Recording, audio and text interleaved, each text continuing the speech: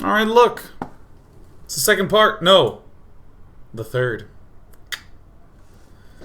We've been looking at positioning and stuff in this episode 692. We're going to keep looking at it. Jjakji's was dealing with some Mutalisk pressure, was in kind of a rough spot. These extreme all the way roundabout drops have been very good for him in terms of getting things in and out of, or getting things that are in position out of position. And again, we see the Mutalisks kind of sweeping down.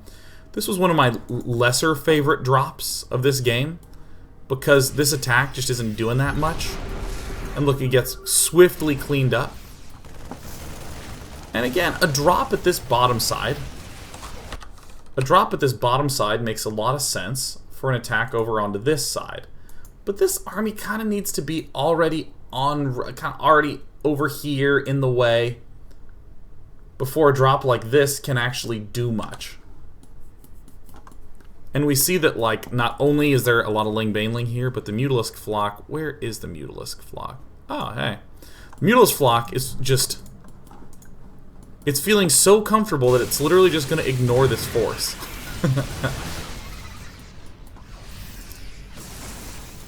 So you see how this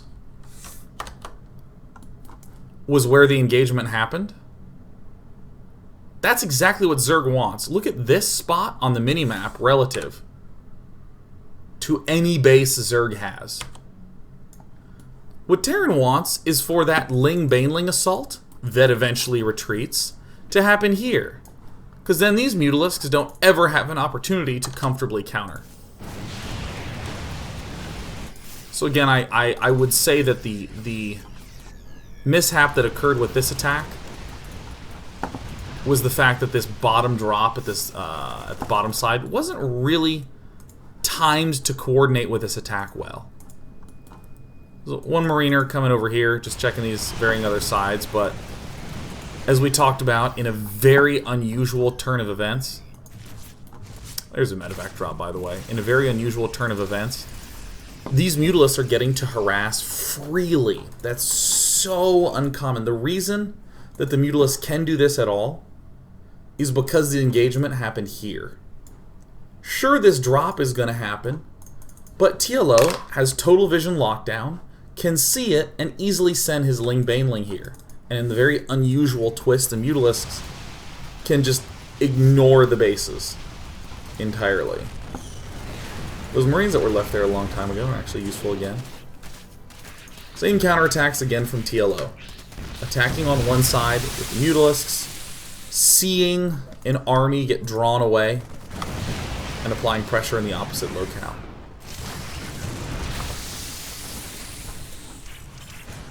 Alright, cool. Jjakji's got to make something happen. He's got to do something. Going to the Jjakji camp. He's finally started to stabilize. He's finally starting to feel a little bit more calm. He has his sensor tower up in mid. TLO is sort of questioning whether or not to attack. He's doing these assaults on both fronts.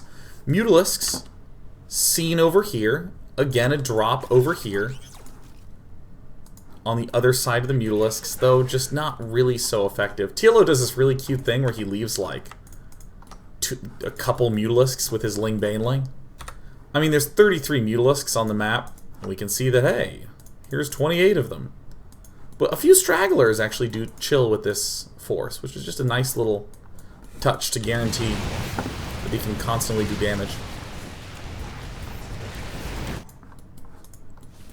So Jjakji just has no good place for these things to go at all. Just sending a drop down to the far dark recesses of the Zerg base in hopes and prayer that can make something of it.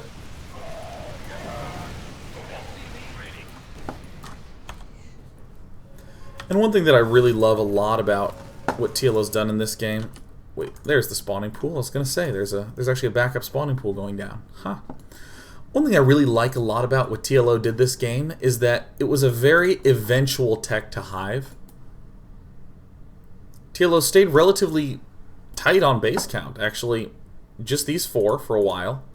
Eventually got up this 5th, but only as sort of like a place to dump his empty mains drones to. And very much so eventually got his way to Hive, instead of rushing for it making it a key part of his defense.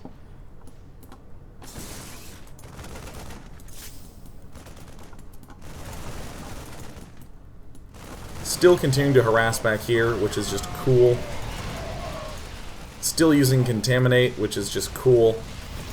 And I think the very important maneuver in this spot is this Ling-Baneling troop. Moving forward, securing a big band division here and like a forward comfortable zone to allow these Mutalisks to step in. This is one of the first times the Mutalisks have stepped in blind.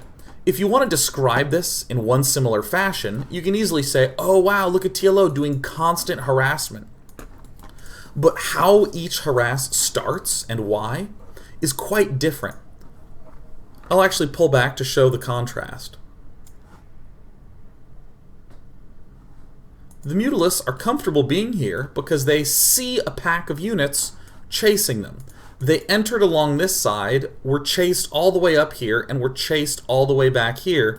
TLO knows that a lot of units are right here, so he is encouraged to continue to harass. The rest of his units are positioned defensively to hold off this medevac. And as we advance to, I'm going to say around 23 minutes, looks like 24, great. TLO could enter again, he's pulling back, but he gets into a rather aggressive position with these Lings. It's a forward position. These Lings are now a big threat. These Lings are now not in any worry of being out of position. They can spot an attack and get an engagement in a good position, like right here. See these Lings and Banelings already getting ready to go. So this is what permits these Mutalisks to consider harassing up top. But of course, we said it all throughout the start of the game, this is the most easily retreatable from location for TLO. He sees an attack and he can begin engaging it without really much loss of time. And we're seeing an extremely slow push from Jjakji. This is one of the slowest, most cautious pushes all game long, because there's no guarantee that these Mutalisks will be able to be stopped. But Jjakji still is doing a very nice job of letting this attack draw the attention of these Mutalisks, so we can apply pressure hither. But I really will say this sucks more than anything when an Ultralisk literally spawns as the one egg at the expansion. And I just can't credit TLO enough for this move. This is just such a hard move to see. Such like a really bold and intelligent in so many ways. I mean, like, look at this. The Ultralisk Cavern is almost at 3-3. The chitinous plating that I keep misclicking on. There we go. Almost done. Ultralisk coming out. This is buying time for all the Ultralisks. If these Mutalisks die, maxed Ultra Ling can come out immediately. These Banelings and Spines are already prepared to hold off the oncoming assault. There's all these expansions that TLO is drawing the forces away from. I mean, this is a potentially disastrous position to be in for these Mutalisks. But because of this very particular smart time, TLO is able to just be in a really nice spot. Look, getting all those upgrades up. These Mutalisks are just going to get crunched on.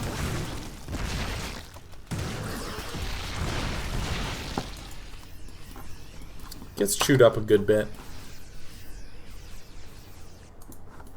I think that move was great. Kept all his bases alive. Lost a pretty good chunk, but when it's like 5 bases, soon to be a few more bases for Zerg against the relatively broke Terran player. Not mining too much here. Still plenty of workers, but just not in the right positions. And in these late spots in the game, I don't really think that harassment is even that valuable anymore. Because the Terran player's already built all his infrastructure. It's just purely macro stuffs. And TLO just spots and engages right where he can.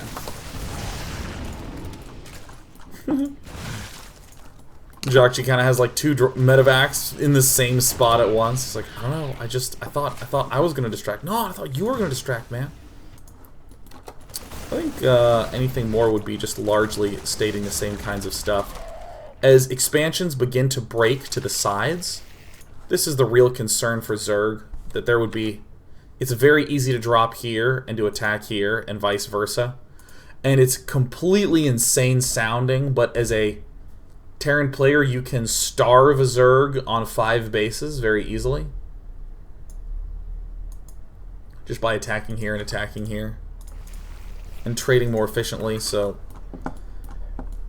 This is one of the reasons why I don't like harassing as much in this position for Zerg, because defense is just so friggin' hard and consumes so many resources.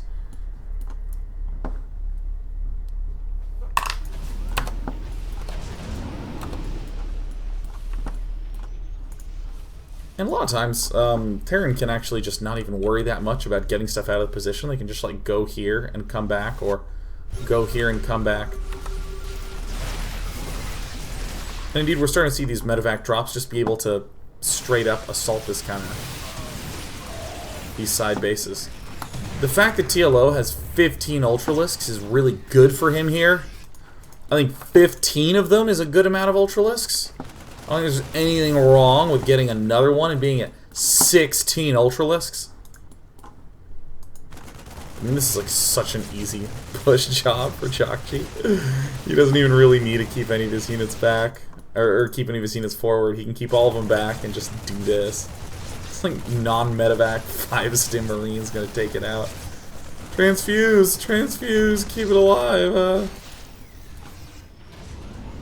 Honestly, the big army pokes forward are really nice for like getting here to this watchtower and then attacking whichever side the army isn't on. Basically like cut the army in half.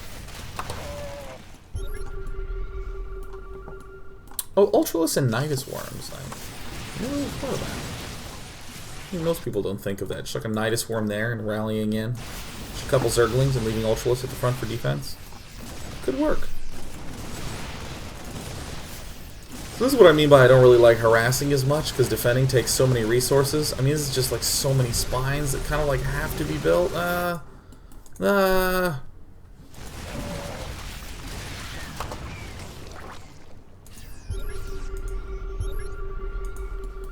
In this late game position, I just have no idea really what Terran can do.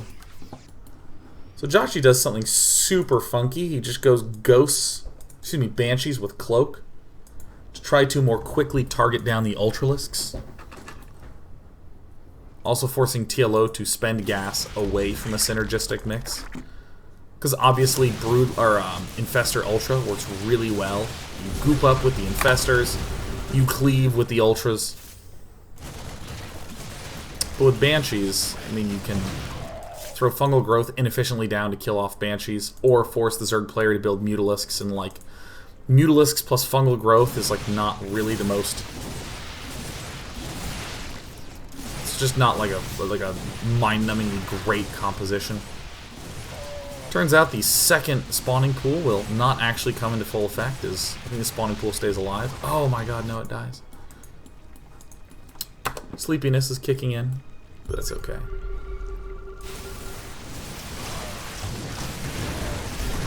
So again, really at this point, I don't know what the best choice is for Jjakji, because there's 15 Ultralisks here. I mean, there's 15 of them. You can see that TLO's entire tenor is shifted. Once upon a time, it was harassing over here, harassing over there, peeling his Terran player apart, and now that it's like 15 Ultralisks, it's just defend, chill, wait, wait. And then when this big army comes out, hit it from all sides with 15 Ultralisks. Or 12. Or however many you want. Greater Spire doesn't even get a chance to see the light of day. Doesn't even matter. Terran player is mined out. So what I think is very smart from TLO is that Jjakji had this raging economy. Oh god, he had such a raging economy, man. Oh, it is a swollen, raging economy. But as TLO did damage to it, and Jjakji was really shut out on 4 bases, TLO switches to this Starvation play, saying, all I gotta do is deny this base. And TLO is starting to take steps forward, but I love these pullbacks to say, no, I don't really have to do it. Yeah, if there's units at the front, I'll kill those, but I don't really have to do this. I'll just try to force you to try to take a 5th base. Starving on 4 bases. I always love when I see a player go into starvation mode, where he says, dude, I just don't need to attack you anymore. I just wait for you to come attack me. And there's the GG. Beautiful, beautiful, beautiful decision making. Now I'm sleepy, so I'm going to take a few questions. Oh, I'm going to take a few questions. And babes. Definitely babes. I don't think I remember that many Johnny Bravo lines. I'm going to have to work on that. Tomorrow I'm going to be spending the day working on my GDC chat. Got really sexy slides. I'm doing it in HTML5. So it's all stylish.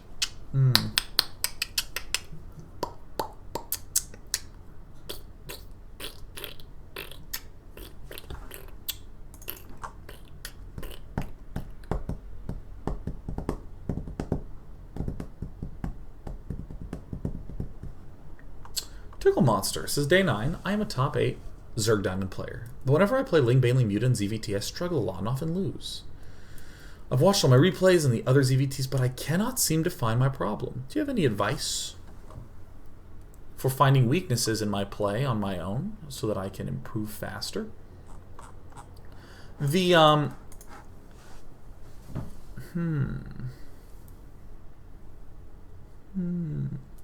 It's very important to be able to first state the way that you are losing before the way that you are, what's exactly going wrong.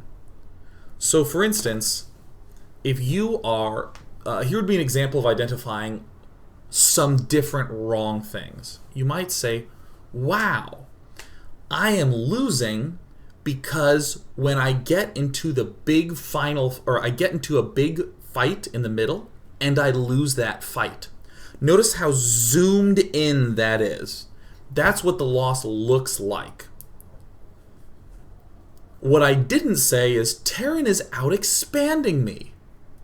Because that could be good for you. That could be an opportunity for you to win. That could be bad for you. That could be but it could also be, if a Terran's out expanding you could have already lost. So it's important to be able to state clearly what the problems are. I don't seem to ever be able to attack a Terran player. I seem to get into one fight and lose everything there. I seem to just slowly lose more and more units a little bit at a time. And then when the final fight happens, I don't feel like I have anything. These types of things I think are the most important ones. So the general issues that I would assume could be the source of it is, so let's start with that statement. I seem to be fine, and then I get in the first big fight and just all my stuff dies and I lose. The first thing, and the most important thing, is always droning. A way to do this is to get 10 pro replays. By the way, all these games, if you go to day9.tv, click on this show, you will see the replay links there. Look and just write down, when did Hyun, how many drones did Hyun have at 1 minute, 2 minute, 3 minute, 4 minute, 5 minute, 6 minute, 7, 8, 9, 10. Very easy to do, very easy to write down. For the first 10 minutes, when does he have that many drones? Cool. And then you can start to realize, my God, if I graph my own drone count, I'm actually falling behind. That would be my first thought to do that, because, God, remembering to build workers or building enough workers is the biggest cause to just stay low. In Lee, always. I just think building workers is the easiest way to climb up. The second thing that I would probably do is to look and see if your positioning feels bad. As in, oh shit, there's a drop and I didn't see that drop coming. Oh my God, there's a huge attack at the front of my base. In this screenshot, if TLO, or if our red Terran player wanted to attack and moved out this way, TLO would see it right here, which is pretty far from the rest of the Zerg bases. If Jjakji tried to move this way, TLO would see it right here, which is really far from the rest of these Zerg bases. So succinctly, I'd try to I would ask you if your positioning feels off, and if it does, to think about deliberately where you're positioning each piece of your army. So yeah, without being able to see what's going wrong, I would say first do drone graphs and see if you're droning enough. Second, do scouting and positioning stuffs. And the third one, don't think about trying to win the game with anything but a starvation play. Try to hold off, defend against oncoming attacks, and just harass the most recently done expansion or prevent the most recently or the newest expansion attempt.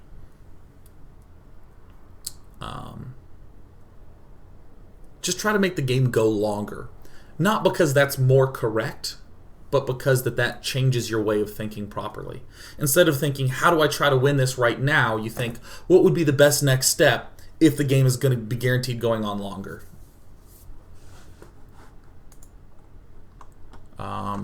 Yeah, it's a very long answer, but I'm trying to cover everything because it's just like, I'm losing, I can't tell why. I'm just going to take one more, I'm just tired.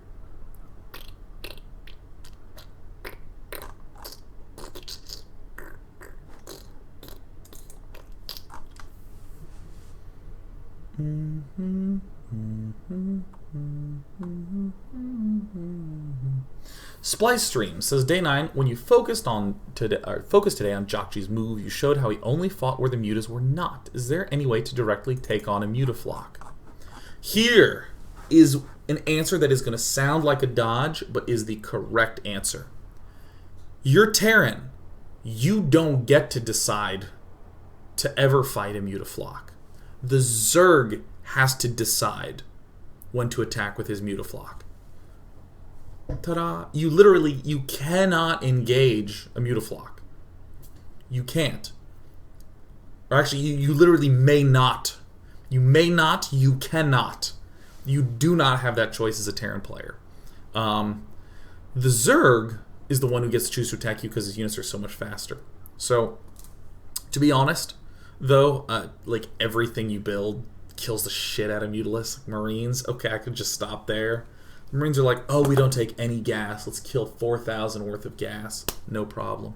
Just ask Sho when he played against Idra on Tall Dream Altar.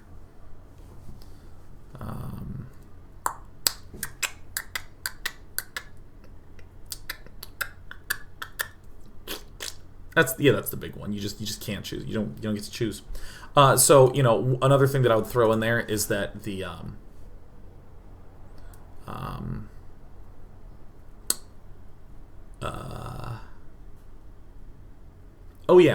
the higher you go up in ranks, the less frequently Zerg players will incorrectly engage with Mutalisks. And by the time you're playing players like TLO, he just won't attack you unless it's a good attack for him. So you shouldn't ever even be trying to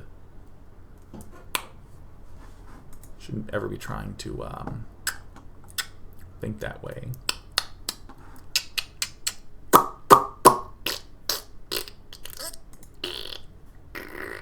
I'm gonna go play music. Bye! Sorry for the lack of shows this week. It's just really hard to prepare a show. It's very time consuming, so sorry. I'm just sorry. It's time consuming to prepare a show and I have GDC.